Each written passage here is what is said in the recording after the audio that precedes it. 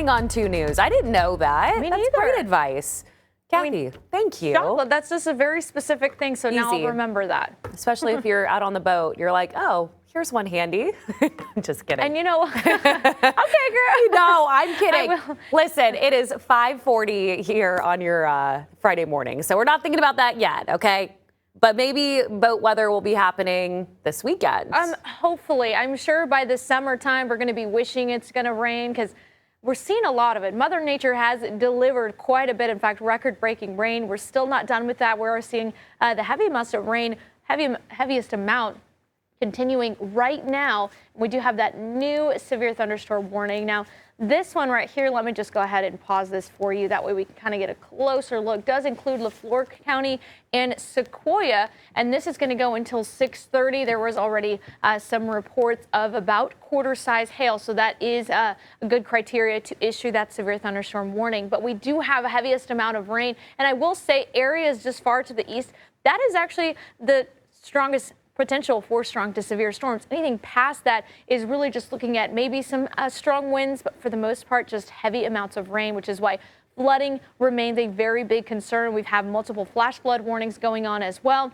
Just consistent moderate rainfall. This is a concern because I know we still have some flooded roadways going on right now. So any amount of rain is still something to be looked at. You could see we are just going to continue to keep some light to moderate rainfall. Of course, we have our storm chaser, Mark Tulsa. He's been out on those roadways this morning as well, currently in Broken Arrow, which you could see he's got those wipers going on full blast. I mean, just heavy amounts of rain. Make sure you take it easy out on those roadways. We're seeing some pondings happening already because there's nowhere else for this water to go. So heavy amount of rainfall. You can see lots of cloud coverage as well, all on our Wade's RV Weather Camera Network. Cool shot right there over at Grand Lake. Now, temperature-wise, they're going to stay right now in the 60s, but we're only going to climb about 10 more degrees going into this afternoon. So it's still going to be more of a mild afternoon, but I will say for any Friday afternoon, evening plans, most of us will be dry. I did go ahead and keep a 20% chance the rest of the afternoon into the evening for just a light isolated shower. Now, we currently still have this severe thunderstorm watch. This is going to go until 7 a.m., but they're already canceling it for some of our counties, and they'll probably continue to keep that going as we get closer to that 7 o'clock hour.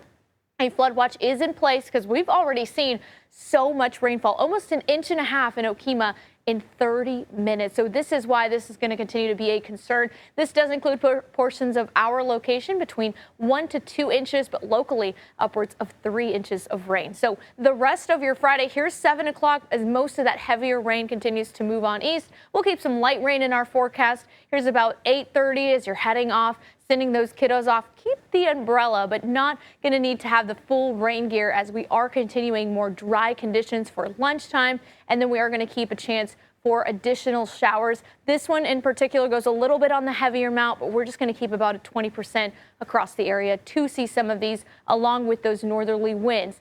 Going into tomorrow, finally a nice weekend ahead. There's that super 7-day forecast. Dry now, but guess what? More rain chances return towards the middle of next week. 2 News Oklahoma Traffic is sponsored by